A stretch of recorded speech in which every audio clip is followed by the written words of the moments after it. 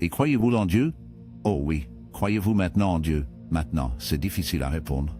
Je sais que j'en ai besoin, je n'ai pas besoin d'y croire, je sais. Carl Gustav Jung était un psychiatre et psychanalyste suisse qui a tracé un chemin unique et profond dans le monde de la psychologie. Né en 1875 à Keswill, en Suisse, la jeunesse de Jung a été marquée par un mélange d'influences religieuses venant de son père, un pasteur, et d'un environnement imprégné de curiosité académique. Ce mélange de spiritualité et d'intellectualisme serait la base de ses idées révolutionnaires. Jung est surtout connu comme le fondateur de la psychologie analytique, une école de pensée qui s'est distinguée du travail de son contemporain, Sigmund Freud. Alors que Freud se concentrait principalement sur l'inconscient comme réservoir de désirs réprimés, particulièrement de nature sexuelle, Jung pensait que l'inconscient était bien plus vaste et complexe. Il a introduit des concepts tels que l'inconscient collectif et les archétypes, qu'il considérait comme des symboles et motifs universels façonnant les expériences humaines et reliant les individus à des schémas de pensée partagés à travers le temps et les cultures. L'exploration de Jung sur la psyché humaine allait au-delà de la psychologie traditionnelle. Il s'est profondément immergé dans la relation entre psychologie et spiritualité, croyant que la véritable guérison ne pouvait être atteinte uniquement par une analyse rationnelle. Niewa, ta vision deviendra claire, You, disait-il. Yeda seulement lorsque tu pourras regarder dans ton propre cœur. Yul, Yewe, celui qui regarde à l'extérieur rêve. Celui qui regarde à l'intérieur s'éveille. Yul, cette citation reflète la conviction de Jung selon laquelle la conscience de soi et l'exploration intérieure sont essentielles à la croissance personnelle et à l'accomplissement spirituel. Le travail de Jung sur la spiritualité s'est étendu à son concept d'individuation, un processus consistant à devenir un tout en intégrant à la fois les aspects conscients et inconscients de soi-même. Il considérait ce cheminement comme étant non seulement psychologique, mais aussi profondément spirituel. En comprenant les symboles archétypaux présents dans les mythes, les rêves et les images religieuses, les individus pouvaient se connecter à des couches plus profondes de leur psyché, ce qui conduisait à un sens plus profond de la signification et du but de la vie. Pour Jung, la spiritualité et la psychologie étaient étroitement liées. Il percevait les expériences religieuses comme des expressions de la psyché profonde et pensait que la déconnexion de l'homme moderne à la spiritualité avait provoqué des problèmes psychologiques généralisés. Dans son livre Yeba, l'homme moderne à la recherche du Nam-myo, Jung explore comment les crises spirituelles se manifestent souvent sous forme de névroses psychologiques, un thème qui continue de toucher le public contemporain. Une des contributions les plus influentes et fascinantes de Carl Jung à la psychologie est le concept d'inconscient collectif. Contrairement à l'inconscient personnel, qui contient les souvenirs oubliés ou refoulés d'un individu, Jung considérait que l'inconscient collectif est un réservoir partagé de connaissances et d'expériences que tous les êtres humains héritent. Il représente une partie universelle de l'esprit inconscient présente chez chaque personne, indépendamment de la culture, du milieu ou de l'expérience personnelle. Décrivait l'inconscient collectif comme une sorte d'héritage psychique. Il contient des traces de souvenirs ancestraux, d'instincts et d'expériences humaines fondamentales qui façonnent notre manière de percevoir le monde. Ces éléments inconscients ne sont pas personnels, ils sont universels et se manifestent à travers ce que Jung appelait les archétypes. Les archétypes sont des formes innées, préexistantes, qui influencent la pensée, le comportement et l'émotion humaine. Jung a identifié plusieurs archétypes clés, tels que le héros, l'ombre, le vieil homme sage et la mère. Ces archétypes apparaissent dans les mythes, les récits et les traditions religieuses à travers différentes cultures et époques historiques, illustrant ainsi leur nature universelle. Par exemple, l'archétype du héros se retrouve dans des figures aussi diverses qu'Hercule, le roi Arthur, et même des personnages modernes comme Luke Skywalker. Chacun reflète le même voyage symbolique de surmonter des obstacles et d'atteindre un but supérieur. Selon Jung, l'inconscient collectif agit comme un plan directeur de l'expérience humaine, structurant notre façon d'interpréter les événements de la vie et de nous relier aux autres. Il fournit une compréhension partagée des symboles et des thèmes qui apparaissent dans les rêves, l'art et la mythologie.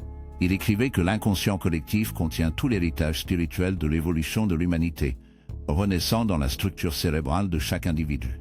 Jung croyait que se connecter à l'inconscient collectif n'est pas seulement un processus psychologique, mais aussi spirituel.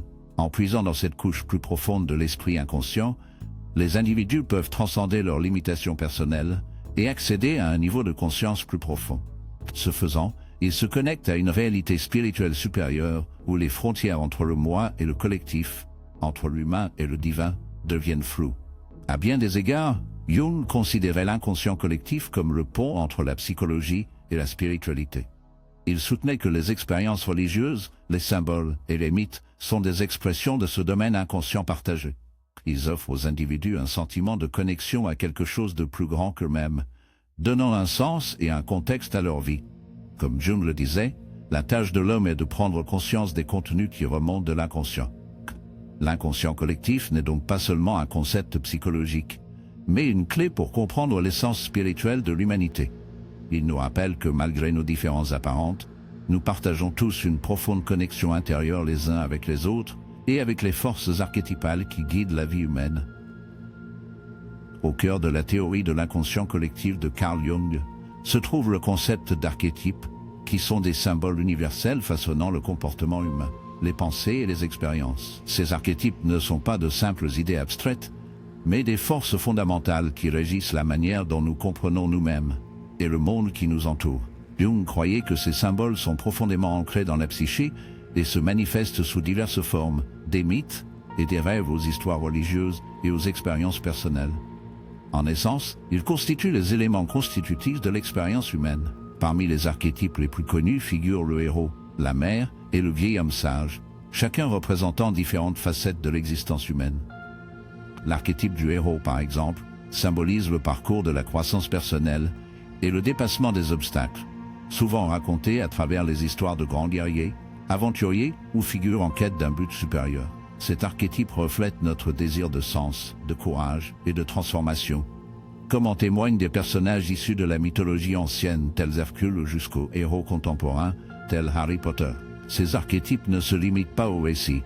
Jung considérait qu'ils étaient des réalités psychologiques influençant notre manière de percevoir et d'interagir avec le monde.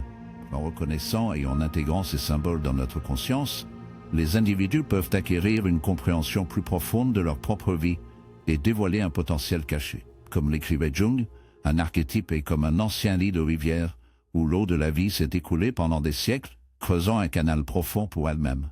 Plus l'archétype est puissant et réussi, plus son canal est profond, et plus il est probable que l'eau s'écoule à nouveau par ce chemin.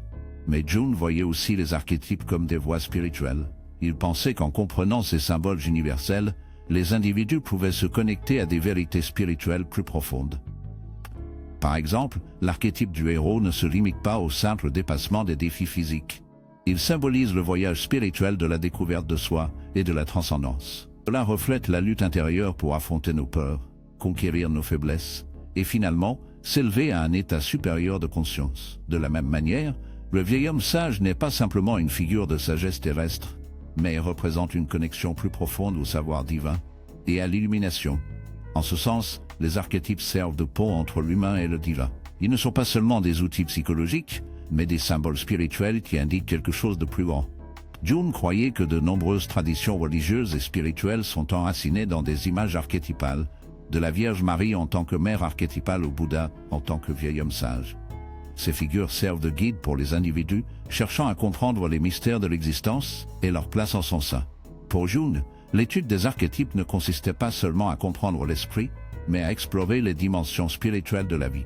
Il voyait ces symboles universels comme essentiels au processus d'individuation, le chemin vers la réalisation de soi et la totalité. En se connectant aux archétypes en nous, nous nous ouvrons à la croissance spirituelle et à une compréhension plus profonde de l'univers, ainsi que de notre rôle en son sein. En fin de compte, les archétypes sont des voies vers la vérité spirituelle, nous guidant à travers les complexités de l'existence humaine et nous aidant à naviguer dans la quête spirituelle de sens, de but et de connexion.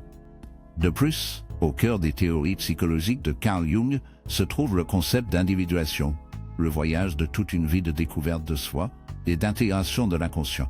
Jung a décrit l'individuation comme le processus par lequel une personne devient un individu pleinement réalisé, distinct, tout en étant intégré au monde qui l'entoure.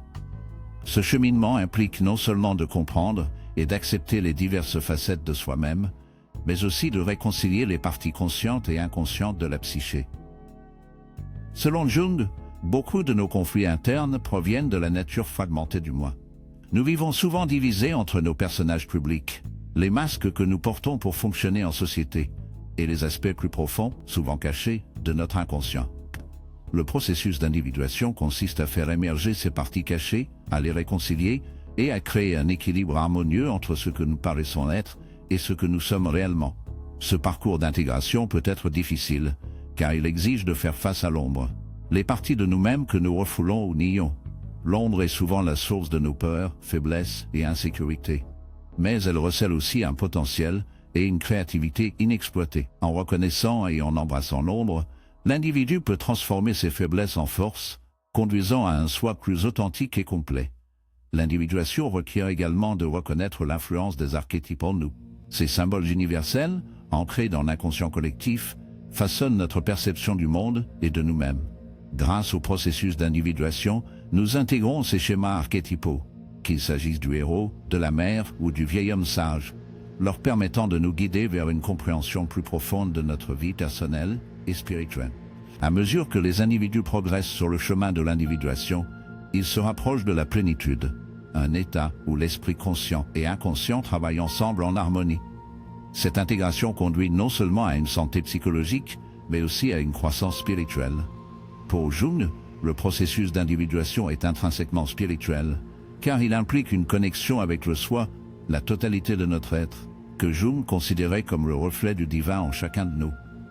Jung croyait qu'en atteignant un état d'individuation, les individus pouvaient accéder à un plus grand sens de but et de signification dans la vie. C'est un voyage vers la complétude, non seulement en tant qu'individu, mais aussi dans notre relation avec l'univers. De cette manière, l'individuation est un chemin vers la connexion avec le divin, car elle nous permet de transcender les limites de l'ego et de nous aligner avec une réalité spirituelle supérieure. Pour reprendre les mots de Jung, l'individuation est le processus par lequel une personne devient l'intégralité indivisible, la réalisation complète de l'unicité de son être. À travers ce processus, nous découvrons nos profondeurs les plus intimes, intégrant tous les aspects de notre nature, notre conscience, notre ombre cachée, ainsi que les symboles archétypiques qui guident notre vie. En fin de compte, l'individuation conduit à une totalité à la fois psychologique et spirituelle, nous permettant de vivre en plus grande harmonie avec notre véritable moi et les forces divines qui façonnent notre existence. Pour Carl Jung, la religion était bien plus qu'un simple ensemble de doctrines ou de rituels. Elle constituait un aspect vital de l'expérience humaine, profondément lié à notre développement psychologique et spirituel. Contrairement à certains de ses contemporains qui rejetaient la religion comme une superstition ou une construction sociale, Jung considérait les traditions spirituelles comme des chemins vers la compréhension des fonctionnements profonds de la psyché. Il croyait que la religion, à travers ses symboles, mythes et rituels, offrait une fenêtre sur l'inconscient collectif et proposait des aperçus profonds sur la nature de l'âme humaine.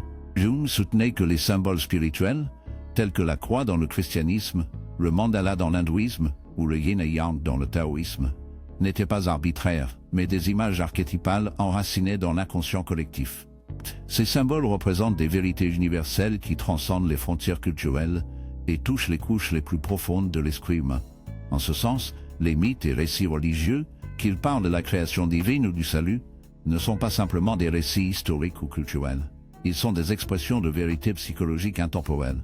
Pour Jung, les mythes étaient le langage de l'âme, offrant un moyen de communiquer avec l'inconscient. Prenons, par exemple, le récit de la crucifixion et de la résurrection du Christ. Pour Jung, ce texte représentait non seulement un récit central de la théologie chrétienne, mais aussi un symbole archétypal de mort et de renaissance. Un processus qui reflète la transformation psychologique que les individus traversent lorsqu'ils affrontent et surmontent leurs souffrances personnelles. La descente dans les ténèbres et l'ultime remontée vers une nouvelle vie constituent une métaphore du processus d'individuation, ce voyage vers l'intégrité et la réalisation de soi. Ainsi, Jung considérait que les récits religieux portent une signification psychologique capable de guider les individus à travers les aspects les plus difficiles de la vie. Bien que Jung respectât les institutions religieuses traditionnelles, il mettait davantage l'accent sur l'expérience spirituelle personnelle plutôt que sur l'adhésion au dogme. Il pensait que la relation de chaque personne avec le divin était unique et profondément personnelle, et que la véritable croissance spirituelle provient de rencontres directes avec le lumineux, le mystérieux, et la force inspirante qui transcende le monde matériel. Jung décrivait ces moments d'intuition spirituelle comme des expériences du soi, où les individus se connectent à une réalité plus grande qu'eux-mêmes. Pour Jung, La religion et la spiritualité ne relevaient pas de la foi aveugle, mais de l'engagement avec l'inconscient, de l'interprétation de ces symboles et de leur intégration dans la conscience. Il encourageait chacun à explorer son propre chemin spirituel et à puiser dans ce riche réservoir où les individus se relient à une réalité supérieure à eux. Pour Jung, religion et spiritualité signifiaient donc engagement avec l'inconscient, interprétation symbolique et intégration consciente, plutôt que foi aveugle. Il encourageait les individus à explorer leur propre chemin spirituel et à puiser dans la riche source des mythes et des symboles religieux pour trouver un sens à leur vie. Cette approche permettait une compréhension plus flexible et personnelle de la spiritualité, une compréhension capable de s'adapter aux aperçus psychologiques modernes, tout en honorant la sagesse ancienne des traditions religieuses. La vision de Jung sur la religion ne se limitait pas à une foi spécifique, mais constituait plutôt une approche universelle de la dimension spirituelle de l'existence humaine. Il pensait que toutes les traditions religieuses, à leur essence, traitaient des mêmes préoccupations humaines fondamentales: la vie, la mort, la souffrance et la transcendance. En explorant les symboles spirituels de ces traditions, les individus pouvaient accéder à des couches plus profondes de leur psyché et entreprendre un voyage de transformation personnelle et spirituelle. En essence, Jung considérait la religion comme un pont essentiel entre l'esprit conscient et l'inconscient, entre l'individu et le divin. Il insistait sur le fait que l'expérience spirituelle personnelle était la clé pour comprendre soi-même et l'univers. Selon ses propres mots, « Il est là la chaussure qui va à une personne sert une autre. Il n'y a pas de recette de vie qui convienne à tous les cas. » Pour Jung, la spiritualité ne consistait pas à suivre une conformité, mais à découvrir son chemin unique vers le sacré. Les contributions de Carl Jung à la psychologie et à la spiritualité ont laissé une marque indélébile dans ces deux domaines, façonnant notre compréhension de l'esprit humain et de son lien avec les mystères plus profonds de l'existence. En tant que fondateur de la psychologie analytique, Jung a introduit des concepts qui ont révolutionné la psychothérapie, tels que l'inconscient collectif, les archétypes et le processus d'individuation. Cependant, son influence dépasse largement le domaine de la psychologie clinique. Son travail a également profondément impacté les pratiques spirituelles, encourageant les individus à explorer la connexion profonde entre le soi intérieur et le divin. L'approche de Jung en psychothérapie mettait l'accent non seulement sur la guérison de l'esprit, mais aussi sur la compréhension et l'intégration des différents aspects du soi. Sa conviction que la véritable santé psychologique résulte de l'équilibre entre le conscient et l'inconscient a ouvert la voie aux techniques thérapeutiques modernes qui se concentrent sur la croissance personnelle et la conscience de soi, et pas uniquement sur le soi, et pas uniquement sur le soulagement des symptômes. Ces idées sur l'ombre, les archétypes et les rêves continuent d'inspirer autant les thérapeutes que les patients, les invitant à dépasser les problèmes superficiels pour explorer les couches plus profondes de leur psyché. Ce qui distingue peut-être Jung de manière la plus profonde est sa reconnaissance de la dimension spirituelle de l'expérience humaine. À une époque où de nombreux penseurs se détournaient de la religion, Jung soutenait que la spiritualité fait partie intégrante de la psyché humaine. Il encourageait l'exploration des symboles et des mythes spirituels, estimant qu'ils offrent des aperçus essentiels à la fois de l'inconscient individuel et collectif. Son œuvre rappelle que la croissance psychologique est indissociable du développement spirituel et que se comprendre soi-même signifie aussi comprendre notre relation au divin. L'héritage de Jung réside aussi dans son invitation à l'exploration personnelle. Il croyait que le cheminement de chaque individu vers la réalisation de soi et l'éveil spirituel était unique. Ces idées ont résonné non seulement chez les psychologues, mais aussi chez ceux des domaines tels que la philosophie, la religion, l'art et la littérature. La vision de Jung de la psyché, comme un système complexe et interconnecté, reflétant des vérités universelles, continue d'inspirer ceux qui cherchent une compréhension plus profonde de la condition humaine. De plus, le travail de Jung sert de puissant rappel de l'interconnexion entre la psychologie et la spiritualité. Il croyait que pour comprendre pleinement l'esprit, nous devons également embrasser les mystères de l'âme, et que la guérison ne vient pas seulement d'une compréhension intellectuelle, mais aussi d'un éclairage spirituel. Les idées de Jung nous invitent à explorer à la fois les profondeurs de notre inconscient et les sommets de notre potentiel spirituel, offrant une vision de la vie humaine comme un processus continu de croissance, de transformation et de connexion avec quelque chose de plus grand que nous-mêmes.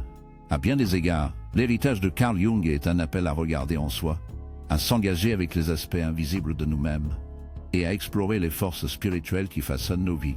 Son influence se fait sentir dans notre approche de la santé mentale, de la spiritualité et de notre quête de sens dans un monde de plus en plus complexe. Le travail de Jung nous rappelle continuellement que le voyage de la découverte de soi n'est pas seulement une démarche psychologique, mais aussi profondément spirituelle, et qu'en explorant notre moi intérieur, nous pouvons dévoiler les connexions divines qui nous réunissent tous.